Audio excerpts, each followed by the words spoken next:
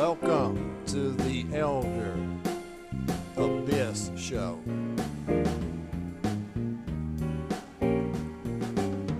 For talking videos, it's the place to go.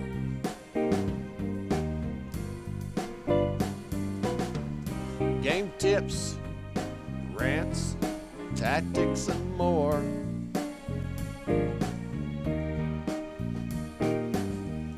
What you'll find here. Hello everybody, welcome to the show. In this episode we're doing a special edition of a sports broadcast with the GGO crew. What we're doing is a round of capture the flag in the heat and humidity of jungle.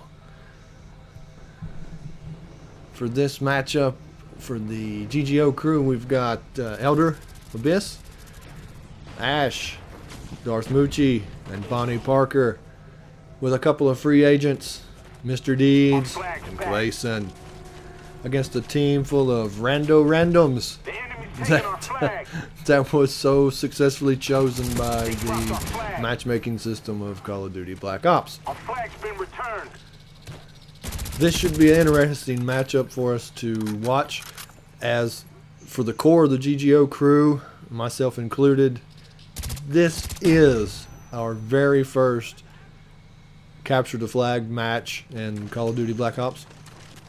I haven't ventured very far from deathmatch and domination so far, so there should be an interesting matchup for us to kind of watch here today. Now, as we're getting a feel, we have the enemy flag. You may have noticed Gleason is our designated runner. He was, I'm thinking he was the only guy that had one of the pro running perks. It was either marathon or lightweight. So he pulled the duty of designated runner. I'm trying to do midfield and defense. Moochie's trying to work the escort for Gleason, and Ash and Bonnie Parker and Deeds are covering defense and giving me a hand as needed. Jungle seems to be a pretty good setup if you've got the base that we've got now, the one that's the blue base, ours currently. The one back over behind the sniper rock there in the little bunker. Turns out that one is by far, in my opinion, the best base on capture the flag for jungle here. It's easily defended. Fairly hard to get into with even just a couple of defenders in there, because they have rich placement that they can dig in and hunker down. Like I said, this was our first match of capture the flag, and we wasn't completely familiar with all of those placements. So, you know, they're doing their best to wing it. There goes Gleason by with the flag, so I'm picking up escort guard duty. I'm making sure there's nobody. No, it wasn't Gleason. There went Gleason. Somebody else. Either way, our squad ran by me with the flag, and all is well. Enemy flag drop.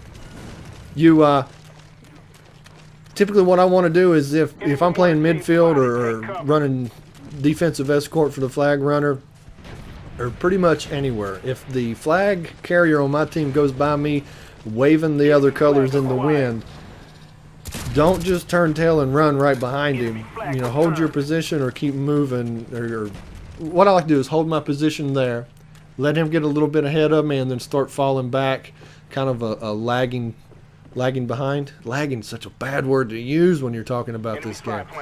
But I'm keeping some distance between me and the flag runner, but I'm facing the other direction. I'm covering his six. His life's a hell of a lot more important than mine in this setup. Just because he's got the colors, baby. We have the enemy flag.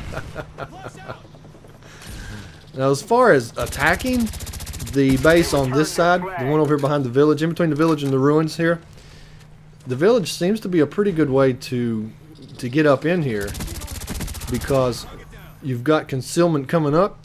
They can't really decipher your numbers, because you can hide a lot of dudes in that village, or you can hide one dude making a lot of noise to distract them, and they can't. And it's hard for them to tell how many people's over there. And I'm down to the old Python, man. The Python is beast, but I don't know what the hell I was thinking right there. not only did I run in there without a clue, I even missed the flag. So that was just a moment of kill me, I need a different gun or some ammo or something. So I picked up my lightweight class, and there goes Clayson. And Bonnie Parker, you're supposed to be defending, girl. What are you doing over here? As you can see, we coordinate the best we can, but we just play it to have fun and win it. So do what needs to be done. Oh man, I like that Jungle Jim jump he done off the railing there. Enemy flag captured. All right, so we've got 2 caps now. Oh man, all we need is 1 more for round match point. That's what I'm talking about. But well, what I was saying is I grabbed my lightweight, my running class, because I was wanting to give Clayson out a hand with getting in here and getting this flag. But unfortunately, there's that motion sensor. Unfortunately, all I had was the PM63, which I'm not a real big fan of. I kind of like it in some situations, but not on jungle. The enemy's taking our flag. Not the best weapon of choice Our there, flag's back. by far. So as we're checking out the enemy's defense, they seem to be posted up over in the ruins. Their consistent defense was 1 guy in that over behind the wall in the ruins, and 1 guy up on the side of the rocks, and using motion sensors and noob tubing the hell out of anybody that came in there. I haven't run into a lot of noob tubes very much in deathmatch, because that's usually what we play, and well, it was kind of shock and awe, because these guys noob tubed the hell out of us. Like I said, I'm not gonna say they exercised the noob tube rather well in the first round. Wait till you see the second one; it gets crazy. When they're up here and we're over in the ruins. There's match point. While we take a little halftime here, I want to throw in a little word from our sponsors. For the next round. Feeling down? Weak? Like you just don't have what it takes to face a zombie horde? Well, take it from me, Jugger Girl, and my girlfriends Mustang and Sally, and get yourself a bottle of Juggernog. Time release formula will kick in just when you get that down and out feeling, and get you right back into the fight, ready to kick some zombie ass. I like things that get right back up, so reach for a Juggernog. 71 incoming. Thank you, Juggernog. And reach for me, Jugger Girl. Well, welcome everybody back to the second half of our matchup between GGO and Rando Randoms and captured the flag on jungle. First match point went to GGO. Now we're looking at a base flip for the second half of our matchup here. Or half. It's kind of like a third. It depends on the score, I guess, then doesn't it? It's the second half, and we're going to go with it. But as you can see, now our flag is down here in the ruins. And as I was mentioned earlier, from my experience in this match on jungle, like I had pointed out earlier, this was the first capture the flag experience for the vast majority of the people in our squad. I think maybe one dude had played a round or 2 before. But this base seems to be a lot harder to defend as compared to the upper base, or the one over at the bunker behind the sniper rock. The village just seems to give such a wonderful point of egress into there. Like I had mentioned before, I mean, you've got just a way to hide your numbers coming in, a way to, you know, chuck those freaking flashes and noob tubes right in there where they need to be. And we took advantage of that situation in the first half. As we would get in there and swipe the flag, I'm pretty sure that's the vast majority of the time that's where we were coming from. I know on the capture that I had, that's the route and approach that I took. Now, as far as attacking this base up on the high side, we'll just go with that as a reference point. I'm not sure what the best method is. You can come across the back path and over the wooden bridge, but that doesn't seem to work too good. That wooden bridge is such a choke point, and you're so much out in the open. Right here, I'm trying to actually do to flank around all the way on the back side, but I don't know. That right there, you know, if you had somebody who wasn't paying attention, that might be a good way in, but my guess is that gets watched heavily at this point because the guys that have played this, you know, the capture the flag mode regularly have probably already grown accustomed to that and have learned to protect against it. So I don't imagine against experienced players you're going to have a lot of luck coming in over that bunker. But that high side base just seems so easily to defend. You know, if you can get 2 to 3 guys up there, you can lock it down pretty tight. You can get, and the basic setup that we were running into, and I think you'll see some examples of it here in a minute, up on that high side base, is they basically had a guy in each corner kind of cross-firing each other. As I'm looking at it now, there's one to the left, one to the right, and then they kept a guy up on the sniper rock. And boom. See, there's the guy on the right. He's noob tube man, and that's just what he does. He sits right there and shoots noob tubes, and there came the guys on the left end of the screen. But you know, that was their defensive strategy. Sit there, chuck a noob tube, man. Any doubt, any question, any threat to the flag, noob tube was fired, baby. And they had it locked down pretty good, cause that dude, I don't know if he was doing it accidentally or if he was doing it on purpose, but he had the spot picked out on that rock that as you come up out of the water, there's a rock right at the end of the path as you come up to your left. If you look in the screen, it's, well, never mind, we didn't get that far. But it's on the left, right there at the top.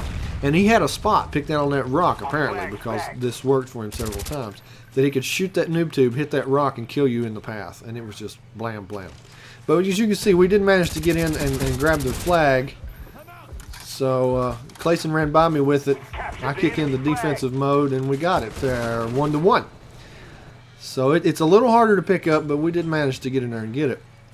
But it kind of feels like you just have to brute force your way in there with flashbangs, nades, and multiple people to actually successfully swipe that thing. It can be a little tough. It seems like rather tough at times even. It's definitely, from a defensive point, I think the high base has a pretty big advantage over this, the low base or the ones in the ruins that we currently have possession of.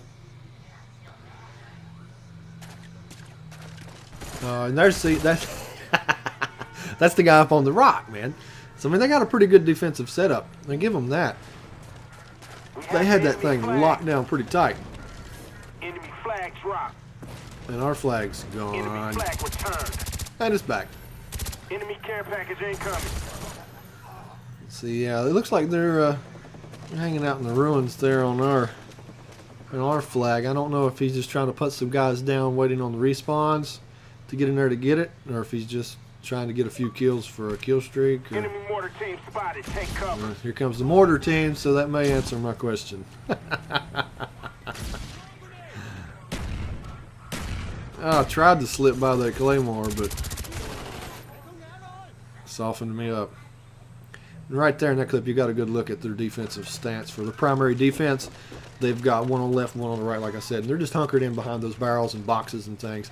But it gives them that line of sight and that crossfire. You know, they can kind of watch each other's egress points that they can't see personally. They can watch the other guys, and he watches his. So they got kind of a crossfire on the flag. And it's just so tough to get in here. And these guys, RC. Now this would have been the point if we'd had one more dude there, or if I had waited for that RC car. I could have done that maneuver myself and just kind of kicked back and waited for that RC to roll in and snag that flag. So by now we probably got respawns on the enemy team over there, back on defensive positions. Looks like they were just coming back up to grab them. Damn it, you know. I thought me and Clayson was going to get in there and get that one. We're going to give it another try. Like I said, I haven't decided which point's best. If this route's best, the one out of the water's best. The one out of the water seems to be the worst. In my very little experience here. This one seems to work pretty good. And, you know, the one from the far one, the one, you know, 180 from where I'm at right there, seems to work all right as long as you can get around there without being detected, so to speak. This route that I'm going right here. They have our flag. If you can make it past this section here where the dock and stuff, I think this would be a good route. Because right there you can take care of but yeah, see, there's the deficiency. That enemy spawns right behind you, so. Ooh, man, it's a trade-off, dude. Some of you guys that have played this Capture the Flag a little bit more, or maybe I just need to do some YouTube research. I would like to know good tactics and methods for getting in to this base up here, other than just sheer brute force. That seems to be the only way that really works.